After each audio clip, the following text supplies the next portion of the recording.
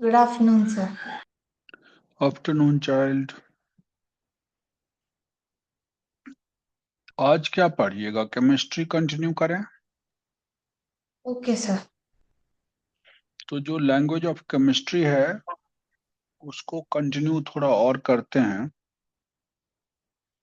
मैं कुछ कुछ ऑब्जेक्टिव क्वेश्चन आपसे पूछ रहा हूँ। Okay, sir. सिंबल किसको रिप्रेजेंट करता है?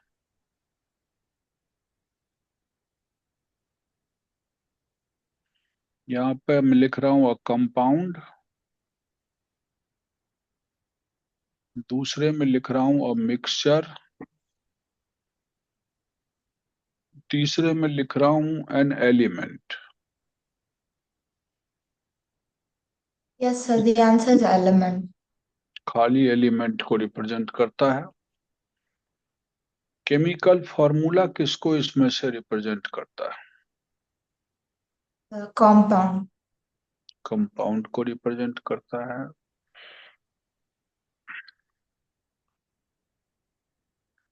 एल्यूमिनियम ऑक्साइड का करेक्ट फॉर्मूला क्या है? Aluminum oxide is Al2O3. Al2O3। Aluminium की वैलेंसी कितनी है इसमें? ऑक्सीजन की वैलेंसी कितनी है? In aluminum oxide, इसमें एल्यूमिनियम की sir, valency Al is 3 and aluminum is 2 because of the chemical formula. Okay. Al तो is 3 and O is -2. ये इसमें से कौन सा आयन है और ये कौन सा आयन है? There are two cathode and anode. देखिए, इसे पॉजिटिव आयन या कैटायन बोलते हैं Yes, sir.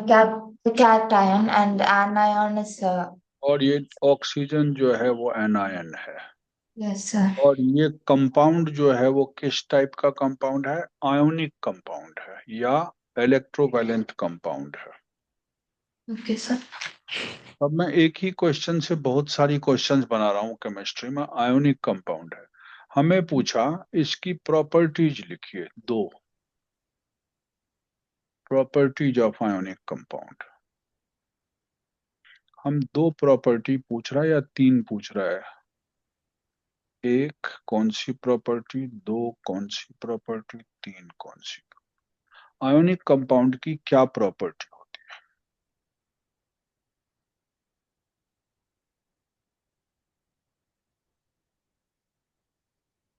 कुछ पता है आपको? Sir, uh, what is it? Properties of ionic compound. Yes, properties Is means that the what is the characteristic of this compound? Ionic compound कैसा होता है? okay, sir? Properties of ionic hmm compounds, like okay. So basically, sir, ionic compounds they have high melting points and boiling points Why they have high melting and boiling point? because of the strength of the ionic bond or the Because of this ionic bond, they are bound by electrostatic force, and that is very strong. yes, sir. What is the force? Electrostatic force exists between these ions, which is very, very strong. And if you want to break it, you have to supply more and more heat to it. So therefore, it has high melting or boiling point. Yes. One of the characteristics is correct. Second characteristic बताइएगा. They they um they conduct electricity and they are hard and brittle. They are hard and ठीक है, Brittle. Hard, brittle भी, brittle नहीं भी हो सकता है, hard होगा। Okay, sir. वाले में, सी वाले में क्या आएगा? दे कंडक्ट इलेक्ट्रिसिटी, है ना? Yeah, they are good in insulators because they're solid. They are conducting electricity. Yes, sir, that is also one. They And also they are They are conducting electricity in which state? In aqueous or molten state? Not Molten. in not in solid state. Aqueous, sorry. Because electricity flows. Yeah. Because this breaks up into ions only when it is dissolved in water. Yes. So as it is dissolved in water or it is melted, it forms ions and which is good conductor of electricity. So they conduct electricity in aqueous or molten state, Mm. not in dry state.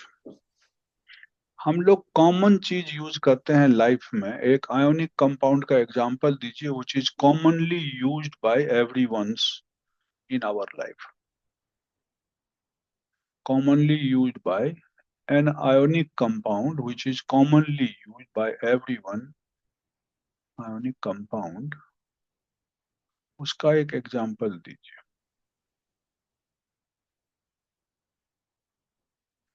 कोई भी आदमी ऐसा नहीं है day to day life में वो इसे use करता है.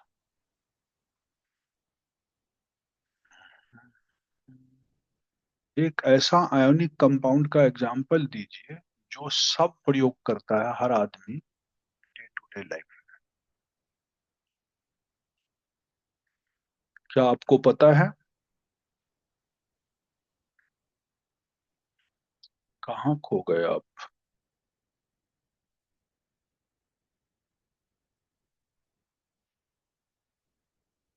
Sorry, sir. I thought I was unmuted. Sorry, sir. It's this NaCl, table salt, sodium. This is a table salt which is used by everyone. Yes, इस sir. Table salt, बिना table salt के खाना स्वादिष्ट होगा ही नहीं. सो सब use करता है. ये एक आयोनिक कंपाउंड है. Mm. इसमें Na प्लस कैटायन है और Cl माइनस एनायन है. इस चीज को लोग, इसका सोर्स क्या है? What is the source of anion?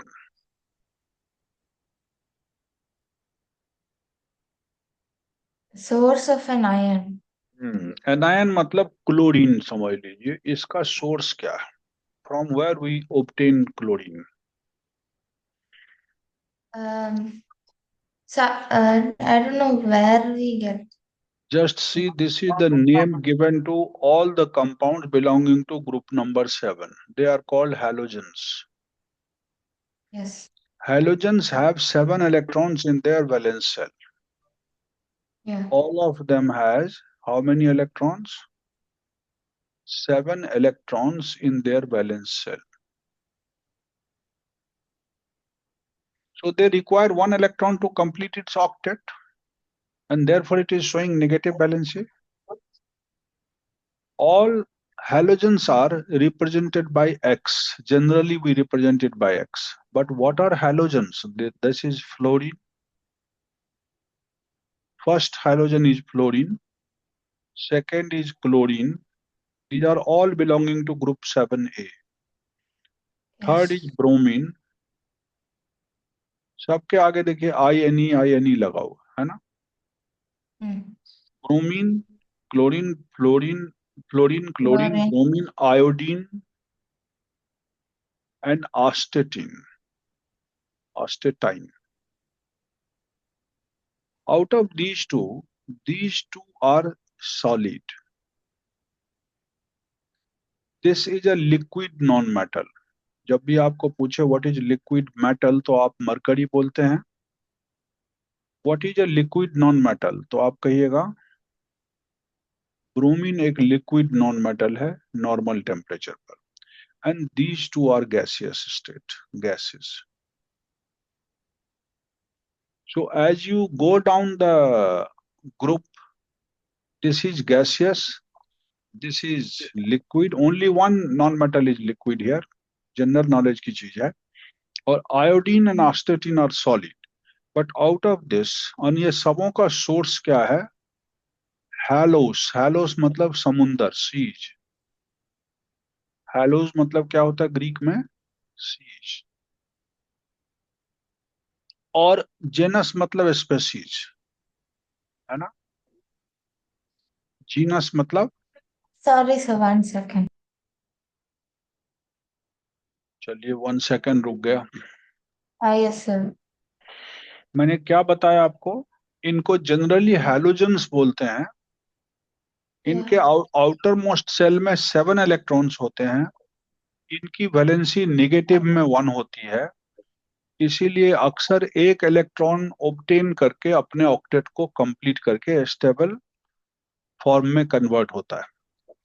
इसका जनरल नेम हैलोजेंस है, उसको मैंने ब्रेक किया। ग्रीक में हैलोस का मतलब सीज होता है और जेनस का मतलब स्पेसीज होता है। Yes Means sir. those species which are found under sea. So sea water is the main source of these halogens. Sea water, okay.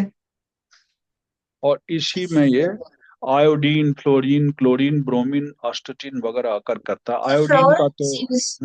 Yes, fluorine is used in क्या चीज? toothpaste, right? हाँ, fluorine toothpaste में होता Okay. है, फ्लोरीगार्ड बोलते हैं। And फ्लोरीगार्ड आपको chlorine is used in pools so that brain-eating amoeba can be killed. Chlorine आपको Mm. Chlorination of Stagnant. Water में इस्तेमाल होता है। Yes. ब्रोमीन एक लिक्विड है जो किसी चीज की टेस्टिंग में इस्तेमाल करते हैं हम लोग, रिएजेंट है। आयोडीन आयोडेक्स बनाने के काम आता है। आस्टेटिन का यूज हमको नहीं पता, बढ़िया केमिस्ट्री के विद्वान को पता होगा, और ढूंढेंगे तो मिल भी जाएगा। तो ये चारों पांचों जो है 1 2 3 4 5 हैलोजेंस हैं। ये इनर्ट गैस के ठीक पहले पीरियोडिक टेबल में रखे हुए हैं। गेम समझ में आया? Yes, और sir. ये है कैटायन। ये अपना एक So, इलेक्ट्रॉन लूज कर रहा है और ये अपना एक इलेक्ट्रॉन गेन कर रहा है, तब जाके इलेक्ट्रोस्टैटिक बॉन्ड बना रहा है। ये वाटर में सॉल्युबल है, एक्वस स्टेट में इलेक्ट्रिसिटी का गुड कंडक्टर है। अब मैं आपसे एक और चीज पूछ रहा हूँ। वैलेंसी नाइट्रोजन का नाइट्रोजन डाइऑक्साइड में निकालिए। Find the valency of nitrogen in nitrogen dioxide.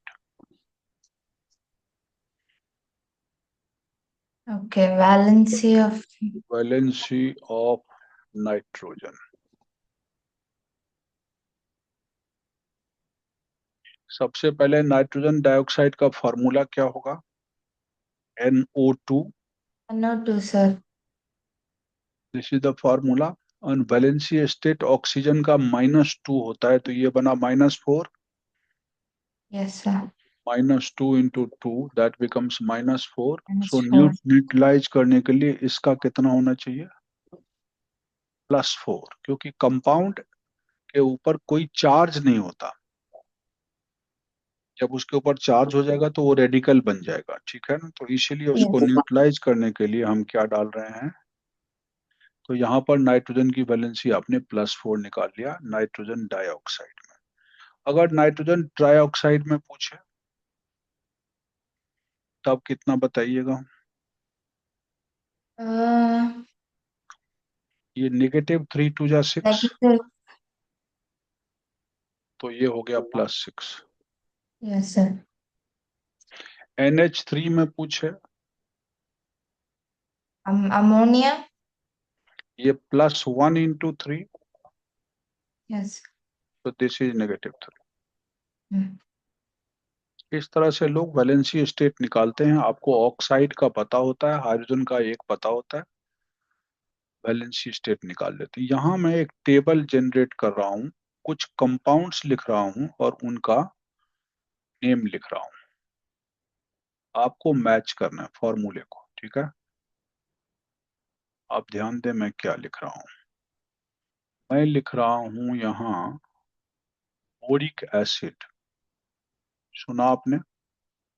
No, sir. I've never heard of boric. ये बोरोन होता है ना, बोरोन। Yes, sir. यह हाइड्रोजन, हीलियम, लिथियम, बेरिलियम, इसके बाद तुरंत बोरोन आता है। इसी का एसिड बोरिक एसिड कहलाता है। ये तो पक्का सुना होगा। ये तो तुमने कल मुझे बताया था, परसों।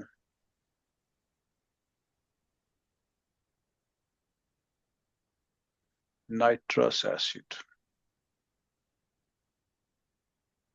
नाइट्रिक एसिड, ये सारे एसिड्स हैं और उनका इधर फॉर्मूला लिख रहा हूं, आपको मैच करना। सल्फ्यूरस एसिड,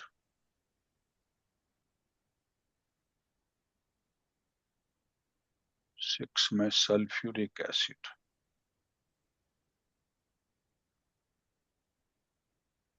7th में मैं लिख रहा हूं हाइड्रोक्लोरिक एसिड, तो पता ही है,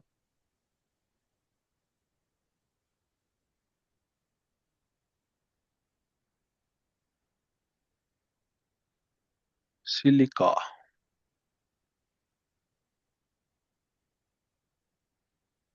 9th कंपाउंड है कॉस्टिक पोटास, कॉस्टिक सोडा, तो पता चल ही गया है।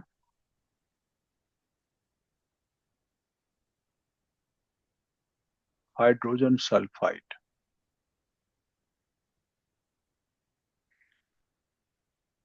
इधर मैं फॉर्मूले लिख रहा हूं, H2SO4, H2SO3, H3BO2, HCl, SiO2, HNO2, HNO3, HCl हो गया,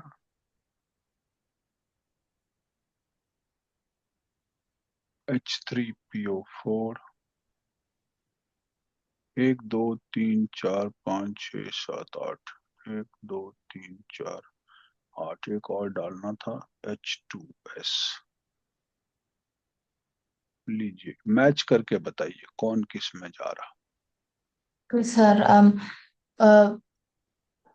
Boric acid, I don't know, I think it's H3B or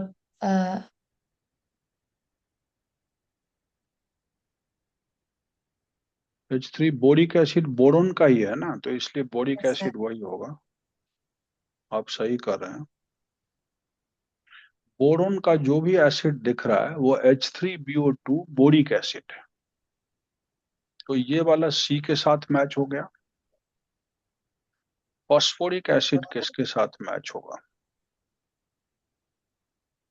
Phosphoric acid is H3PO4, which is H3 H. H3PO4 ये हो गया, H के साथ मैच हो गया। Nitrous acid, Nitrous acid is HNO3. Nitrous is HNO2, not HNO3। Sorry, HNO2, sorry. Nitric is HNO3। Yeah. Sulphurous acid,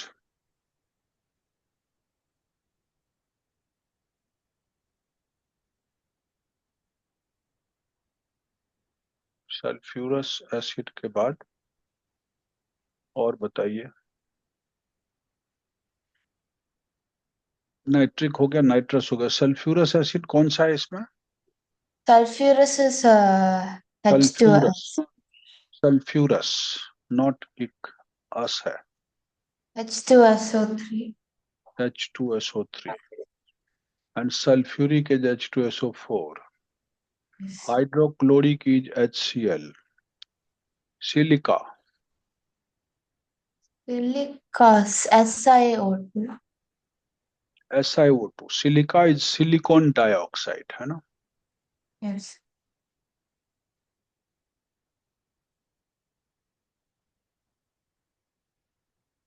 Silica is silicon dioxide, and अरे hydrogen sulphide कहीं है?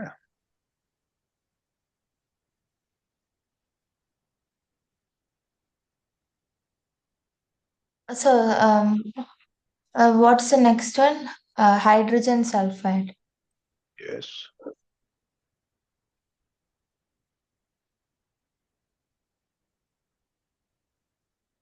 So that one anyways is the ये last one. So ये that's ये the H2S है, H2S, yes. Hydrogen sulphide. Now I have written ammonia, इसमें से बताइए कौन सा होगा? NH3. NH3 अमोनिया मैच कर गया। Washing soda, Washing soda, Na. Sir, Na2CO3. Na2CO3 is washing soda. Baking soda. Baking soda is NaHCO3. NaHCO3, sodium bicarbonate. Phosphine. Phosphine. Phosphine CH3. और methane is CH4, everyone knows it. ये सारे compounds थे. ज्यादातर इसमें जो compounds हैं वो covalent compound है. What do you mean by covalent compound?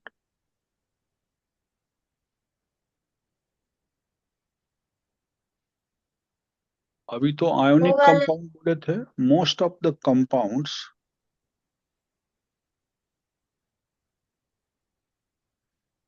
Covalent compound. So they are the atoms bond. They share electrons.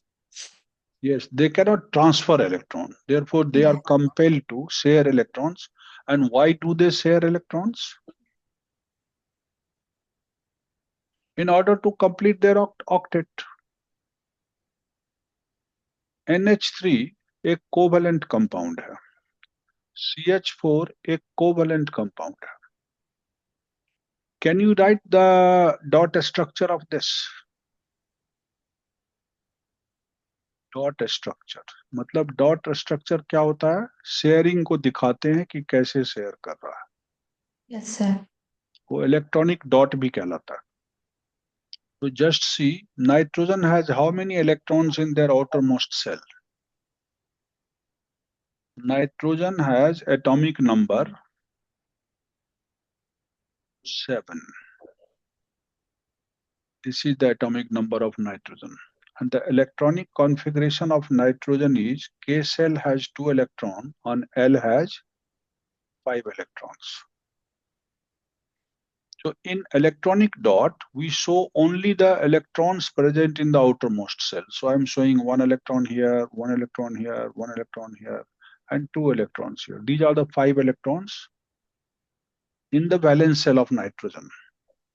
Now hydrogen has 1 electron in its outer cell, only 1 electron in their cell.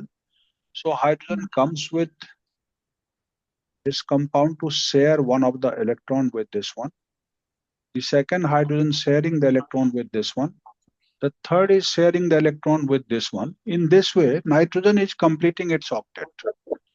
How it is completing its octet? 2, 2, 4, 2, 6, 2, 8. This is called sharing of electron. So by sharing of electron, nitrogen is completing its octet and also hydrogen is completing its duet. Why do we call it duet? Because hydrogen has only one cell and that is K cell, and which has the maximum capacity of 2 electrons only, and that is filled here.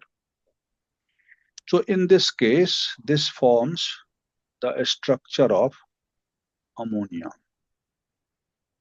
One pair of electron forms one bond, and still I'm finding 2 electrons left here. So therefore, this is little bit ionic also. This is NH3. And you just saw that nitrogen is sharing electrons with hydrogen to complete its octet. Now what happens in this case? This is purely an organic compound. And these are called hydrocarbons. Why? Because they are basically made up of hydrogen and carbon. And all the organic compounds are made up of hydrogen and carbon. So if it is CH4, how will you write the electronic dot formula? First, you should know the atomic number of carbon. What is the atomic number of carbon? So atomic number of carbon is 6. You should remember the atomic number. Z is 6. So EC stands for electronic configuration. That is, K cell has 2 electrons and L has only 4 electrons. Now, what is impossible for carbon? That it cannot share it cannot transfer its 4 electron to other one. Neither the other element can provide it 4 electrons. Therefore, no transfer of electron is possible. So what does it do? It is a non-metal and hence forms compound by sharing of electrons. So this is the carbon atom. It has 4 electrons in its outer shell, and that I'm showing by crosses. Now, each hydrogen has 1 electron in their shell. So hydrogen comes here, says this carbon that I can give you 1 electron to this electron for sharing. Here 1 electron, here the third carbon, third hydrogen coming here, the fourth hydrogen is coming here. In this way, carbon has satisfied its 8 electrons. Is it so? Yes, sir. So this is the octet of carbon complete by sharing of electron. Now hydrogen is completing its duet by sharing of electron.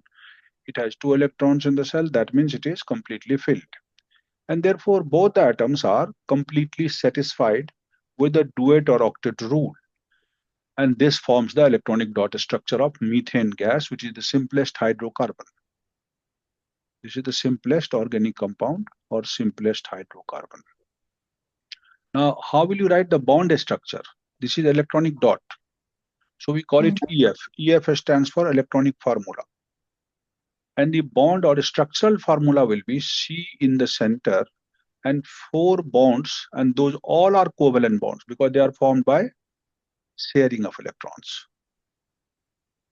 So this is a purely organic compound, that is CH4, and this is the structure formula of methane.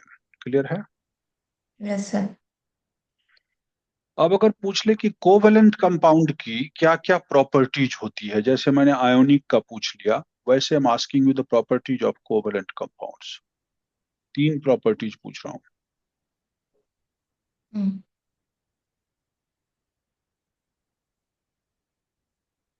What are the properties of covalent compounds? Only 3 Yes. properties. So the boiling and melting point of covalent compounds are low. So they have low boiling and melting point. Yeah. They are soft in nature. They are And not hard, they are soft. Generally, Yeah, they are they're soft. flexible. Generally, they are soft. Huh? Yeah, and the poor conductors of heat. They are poor conductors of electricity. Poor क्या bad ही लिख दीजिए. Yeah. Because they do not contain ions, therefore they cannot conduct electricity. So they are bad conductors of electricity in any state, whether it is molten or liquid state. Conductor of electricity. अगर 2 4 और कहे तो क्या लिखिएगा? ये compounds पानी में soluble नहीं है. They are insoluble in water. They are insoluble in water, but soluble in organic solvents. What are organic solvents? Organic. Solvents. Uh, See, sometimes we make solution in water, and if you find that the substance is not dissolving in water, then you try to dissolve it in kerosene or in acetone or in alcohol. You try to dissolve the substance in this. So this kerosene oil, acetone, alcohol, petrol, these are called organic solvents. You cannot dissolve salt or common salt in it, but you can dissolve grease in it. Organic solvent means these are the solvents which dissolves only organic compounds, which are not soluble in water, that will be soluble in this. So they are yes. called organic solvents. They have low melting and boiling point. They are soft. They are insoluble in water, but soluble in organic solvents, and they do not conduct electricity. These are written for covalent compounds, and covalent compounds are purely non-conductor of electricity. But what happens in case of water? You have to tell me whether water is a covalent or a pure, ionic compound. Whether water is a ionic compound or covalent compound Covalent. or covalent compound. तो you say covalent compound, है ना? Yes, sir. But hydrogen is showing positive valency, oxygen is showing negative valency. Because hydrogen is electropositive in nature, it is at Yeah. first place, so therefore it will be electropositive, and oxygen is showing negative. So Negative. positive and negative are sharing together. But I also agree that this is a covalent compound, not a polar compound. Because what is happening here, oxygen has how many electrons in their outer shell? 8. 6 electrons in the outer shell.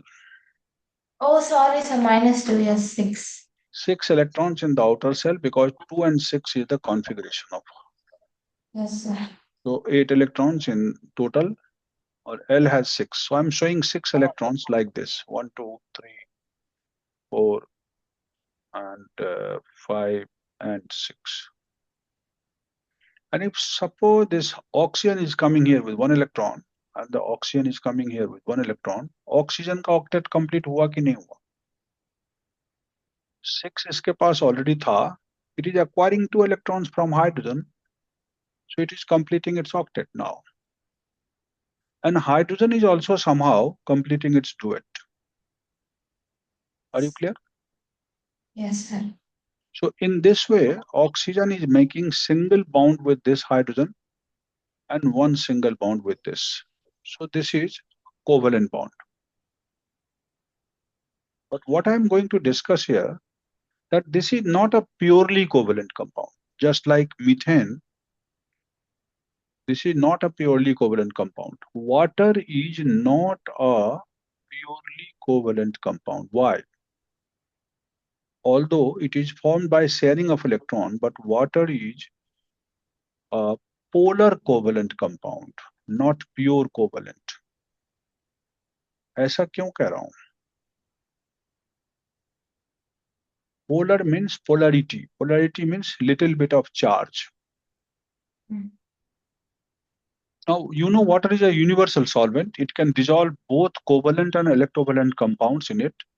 Universally, it can dissolve everything in it. So water is said to be the solvent, universal solvent.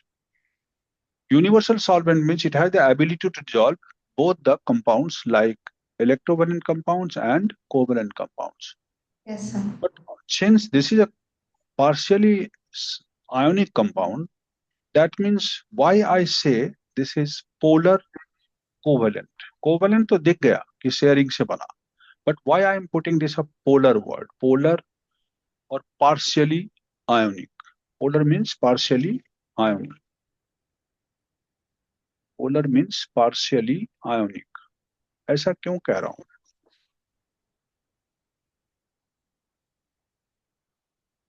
And why water becomes universal solvent? Although it is a covalent compound, it should dissolve only covalent compounds, but it dissolving everything. नमक को भी घोल लेता है, glass को भी रखिए तो ग्लास को भी घोल लेगा, मतलब सब कुछ को घोल लेता है, डिजॉल्व कर लेता है.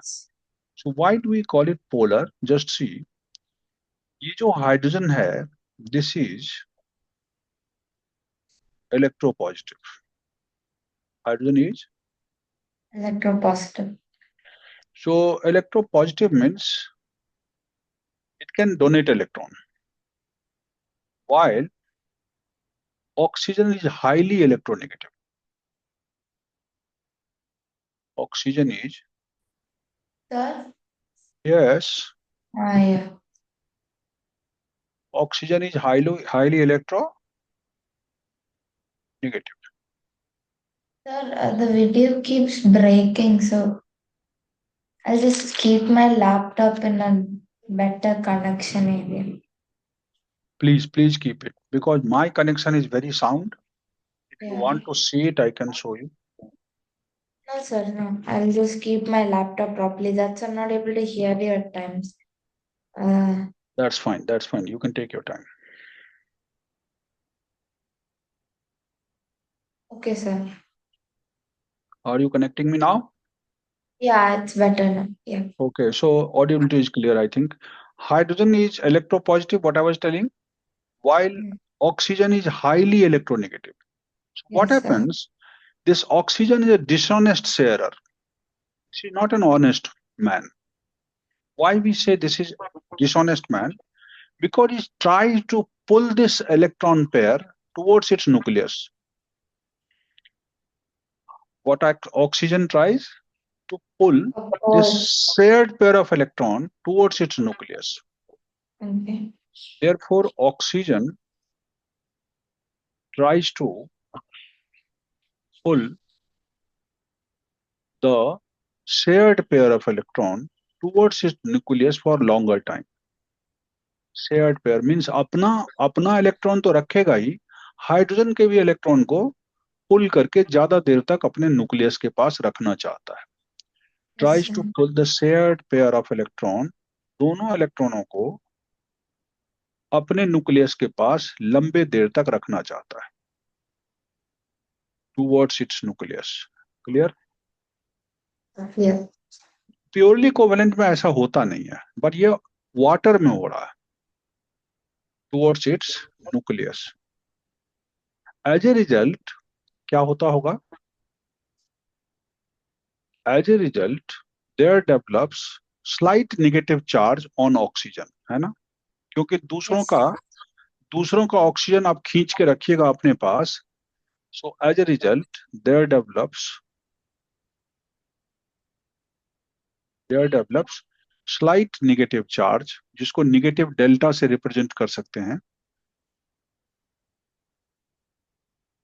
Slight negative charge. Are you seeing this writing? Yes, sir. It's a little bit congested, but I can see it. Minus delta towards its nucleus. So oxygen के ऊपर थोड़ा सा ऐसे माइनस डेल्टा चार्ज डेवलप कर जाता है, क्योंकि इसने शेयर्ड पेयर ऑफ इलेक्ट्रॉन को अपने पास रखा. उतना ही अमाउंट में हाइड्रोजन के ऊपर, दोनों हाइड्रोजन के ऊपर क्या डेवलप करता होगा? Plus delta. Yeah.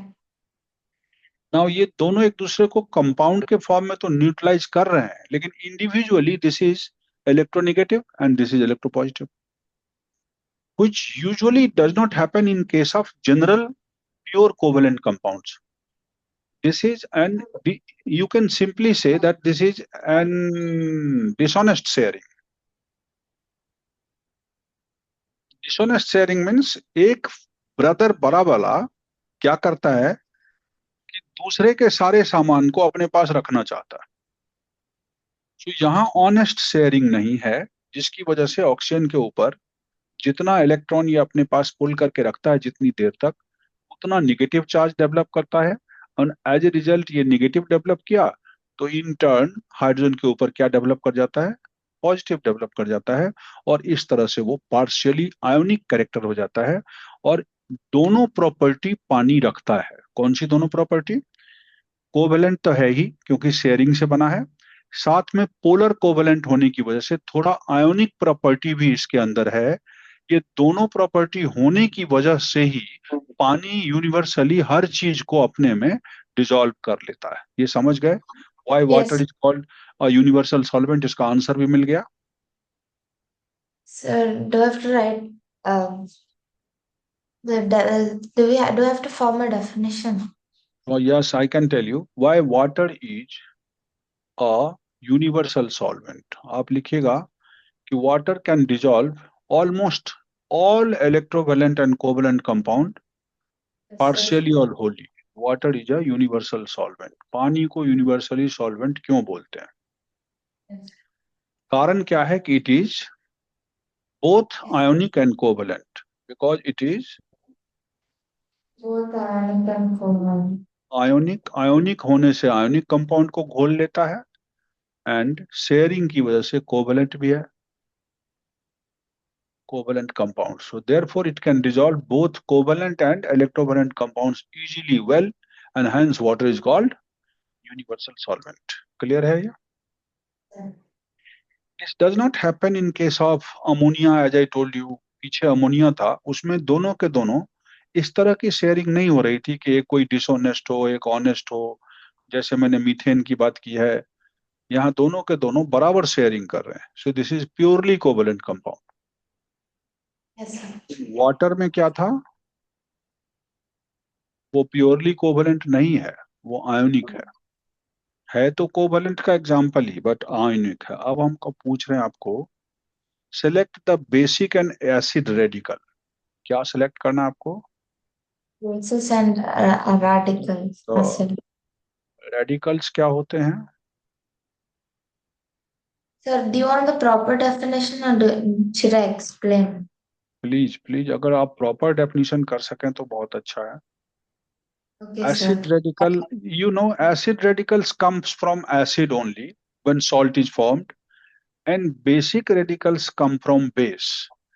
Just take a Yes. base here. This is a base So, should because it a contains. radical is either an atom molecule or a molecule which Hmm. has, Either it is, either either positive or negative charge on it. Clear? yes, sir. Yes, sir. So it can be a single atom or a group of atom. So Yes, sir. basic radicals comes from base. What base I have written here? Caustic soda, Yes. sodium hydroxide. This is containing hydroxide, and all hydroxide containing inorganic compounds are called bases. Mm. And all hydrogen containing compounds are called acids. Yes. So H2S. acid radicals, if these two combine together, the neutralization reaction takes place because acid reacts with base to form salt and water. So which salt is formed? NaCl, and water is a neutral compound that is formed here. So this Yes. reaction is called neutralization reaction. Mm. Neutralization reaction is the reaction in which both acid and bases react together to form salt and water. Salt is also a neutral salt here. Water is a neutral compound. So you're finding both the compounds to be neutral. Therefore, this reaction is called neutralization reaction. Yes, sir. So इस NaCl में पूछेगा कि कौन सा acid radical था और कौन सा बेसिक रेडिकल था, तो आप कहिएगा Na प्लस जो है वो बेस से आया था, इसीलिए ये बेसिक रेडिकल था.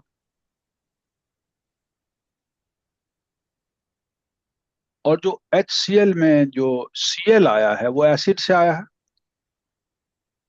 इसीलिए ये कौन सा रेडिकल है? Acid radical. Now the radical which comes from acid is called acid radical, and the radical which comes from base is called basic radical during salt formation. Now I'm writing some compounds. आपको उसमें acid और basic radical बताना है.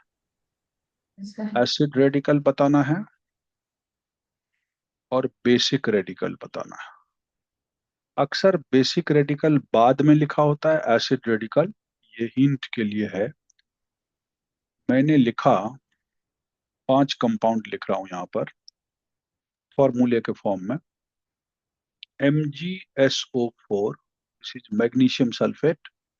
We also call it Epsom salt. NH4 whole twice SO4. Third is Al2SO4 whole 3.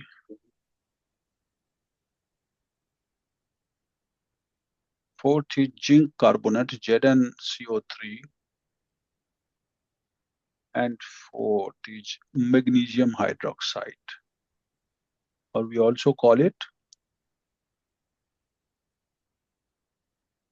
magnesium hydroxide का दूसरा नाम क्या है? Magnesium hydrox. MgOH. This is commonly known as milk of magnesia, Okay. and formed in all acid soother. Milk of magnesia is acidity को कम करने के लिए doctor prescribe करता है. मिल्क ऑफ मैग्नीशिया कहाँ है ये? हर डाइजिन में, या डॉक्टर जब गैस बन जाता है एसिड की वजह से, उसमें ये मिल्क ऑफ मैग्नीशिया प्रिस्क्राइब करता है. आपने डाइजिन खाया होगा, वो एक टैबलेट होता है या सिरप के फॉर्म में भी होता है, डाइबॉल होता है. इन सबों में मिल्क ऑफ मैग्नीशिया डला है. इनको हम लोग एंटा एसिड बोलते हैं. एसिडिटी को कम करने में इसका इस्तेमाल है. Yes, sir. So doctor often prescribe milk of magnesia to reduce acidity in the stomach. So this is called milk of magnesia. This is highly basic in nature and it neutralizes the acid form in your bile. अगर आपके bile में excess acid form हो रहा है HCl, तो उसको neutralise करने के लिए डॉक्टर क्या देता है? मिल्क ऑफ मैग्नीशिया प्रिस्क्राइब करता है। ये तो लंबी चौड़ी बातें हम कर जाते हैं डॉक्टरी की, उसको छोड़ो, तुम पॉइंट पे आ जाओ। तो मैग्नीशियम सल्फेट में एसिड रेडिकल और बेसिक रेडिकल की बात करो। केमिस्ट्री की पढ़ाई इसी तरह होती है। अगर हम पढ़ाएंगे तो उसका इंटरेस्ट भी तो आना चाहिए बच्चे को, कि कौन सी चीज कहाँ यूज होता है। केमिस्ट्री तो पूरी बायोकेमिस्ट्री बन जाती है ना आगे चल के। Yes sir. इसीलिए मैं थोड़ा थोड़ा आपको बोल देता हूँ इन सब के यूजेज के बारे में, ताकि Yes, sir. केमिस्ट्री That's आपको, fine. I'm interested in. You should not find it boring कि ये ऐसा, I'm not finding it boring. ये इंटरेस्टिंग होता है। ये केमिस्ट्री का यूज जब तक मैं बच्चे को नहीं समझाऊंगा, उनको वो चीज अच्छी नहीं लगेगी। तो अब आप बताइए, मैग्नीशियम सल्फेट में कौन सा एसिड में से आया, कौन सा बेस में से आया, और फिर मैं आपसे एसिड बेस भी पूछूंगा। ये सॉल्ट किस किस रेडिकल से बना हुआ है? MgSO4। Yeah. इसमें Uh, एसिड रेडिकल और basic radical. yes, sir. So it has a neutral reaction, right? हाँ, It's न्यूट्रलाइजेशन तो है, पर SO4 इसमें से एसिड रेडिकल है, okay. Like you're asking like that. Okay, then Mg is base. और Mg+2 Is basic base. Radical. अब अगर मुझसे पूछ दे कि ये किस बेस से आया है, किस एसिड से आया है, तो मैं कहूंगा ये सल्फ्यूरिक एसिड से आया। और अगर मुझे पूछे ये किस बेस से आया है, तो मैं कहूंगा मैग्नीशियम हाइड्रोक्साइड से आया। और अब ये दोनों जब कंबाइन किया होगा, तो H2 और OH2 मिलके पानी बना लिया होगा, और Mg इस SO4 से कंबाइन करके क्या बना लिया होगा?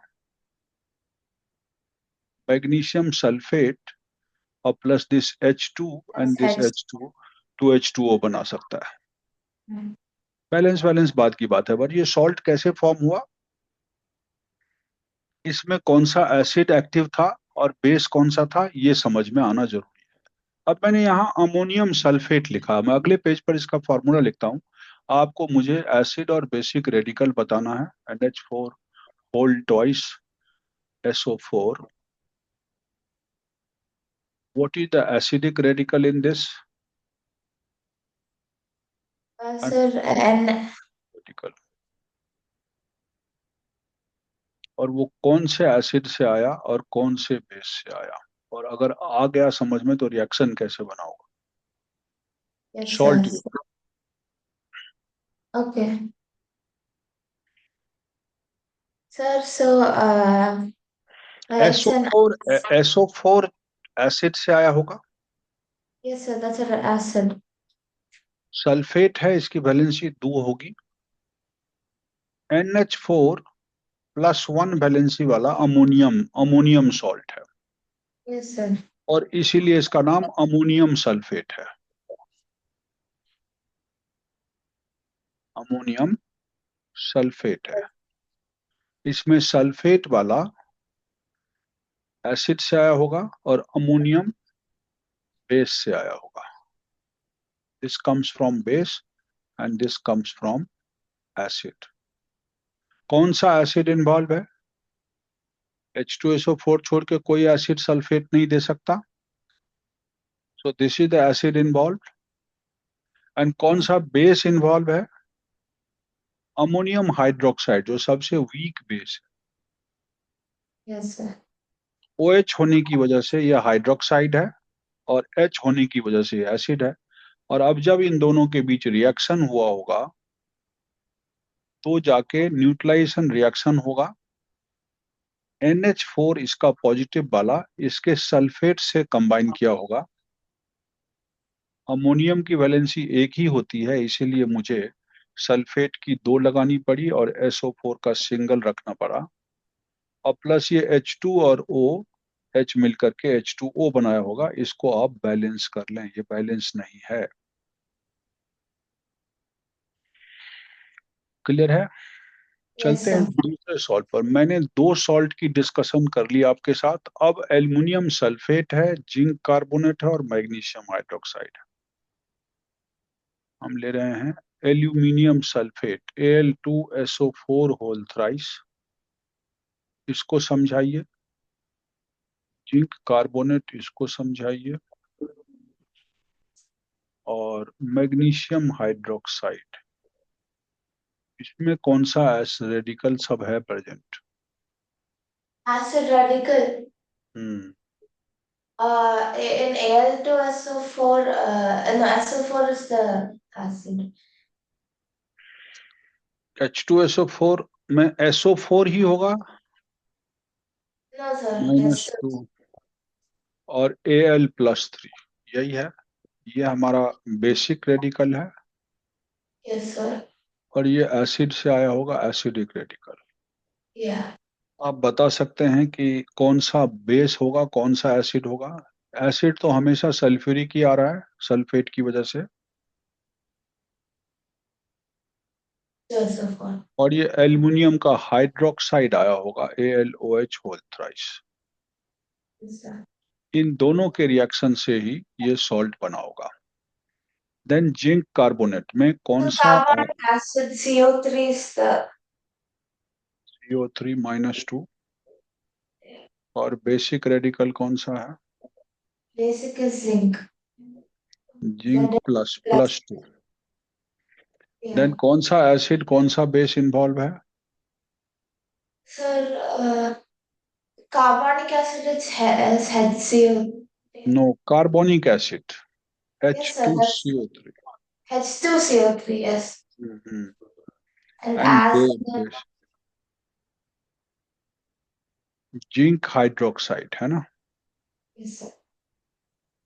All the hydroxide containing substance are bases, and all the hydrogen containing, That means MgOH doesn't have an acid. कौन सा? So there's no acid in MgOH. Right? Mg, नहीं, Mg है, OH minus is, Acid. OH minus is hydroxide, this is acid.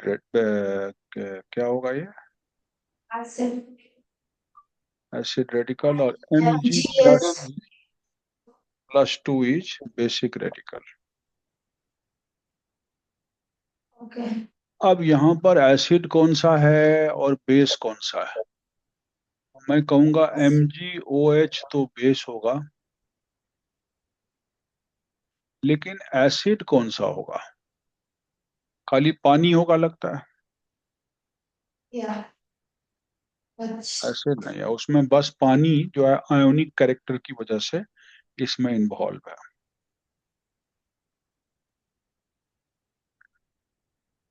आपको कुछ फॉर्मूले लिखने हैं। Formula and valency of aluminate सुना आपने कभी? formula of aluminate and valency and formula. I have to say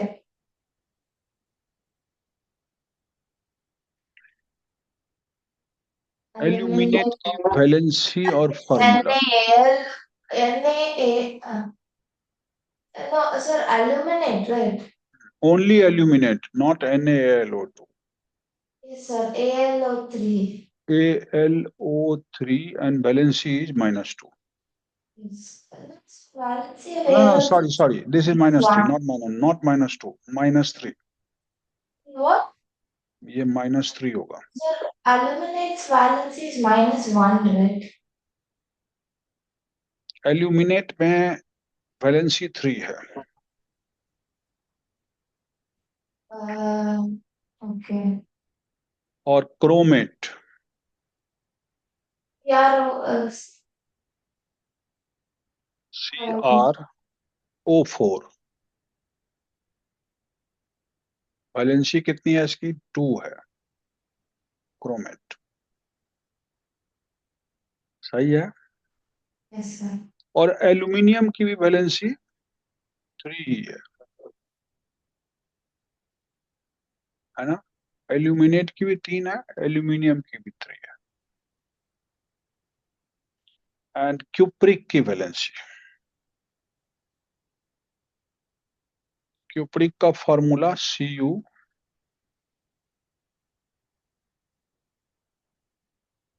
+2, और वैलेंसी 2 ही हुआ। क्लियर है? Yes, sir. कभी कभी मुझे पूछ देता है कि what do you understand by N, N2, 2n and 2n2? इनमें अलग अलग मीनिंग है। इस n का क्या मतलब, इसका क्या मतलब, इसका क्या मतलब, इसका क्या मतलब? Yes, sir. So, are you asking me? What is, what do you understand by the symbol N? This is one atom of nitrogen. Yes, sir. And second, Second is one molecule of nitrogen. Second is one molecule is formed by combination of atoms. So two atoms are combining to form one nitrogen molecule. Nitrogen gas. Clear? yes, sir. This is one atom. Her symbol जो है atom को represent करता है। ये molecular formula को बताता है, one molecule of nitrogen. यहाँ नाइट्रोजन की एटॉमिसिटी कितनी है? 2 है। Atomicity of nitrogen is 2 here. Why? Because two atoms are combining to form one molecule. Yes, sir. So atomicity is 2. And what is standing for this 2n and 2n2? 2n Two and stands for two atoms of, always two atoms of nitrogen. yes, sir. And this is two molecules of nitrogen.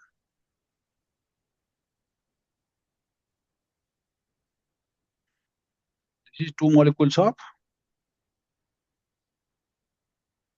Nitrogen. जब भी आप formula लिख देते हैं तो atoms उसमें कई सारे कंबाइन कर लेते हैं, तो वो मॉलिकुलर फॉर्मूला मॉलिक्यूल को बताता है और एटॉमिक सिंबल जो है वो एटम को बताता है। ठीक है, Yes, sir. Got it. अब बस यहाँ रोक देते हैं, आगे इसी तरह से केमिस्ट्री को कंटिन्यू करेंगे। Okay, sir. Chemistry, sir. Chemistry is interesting.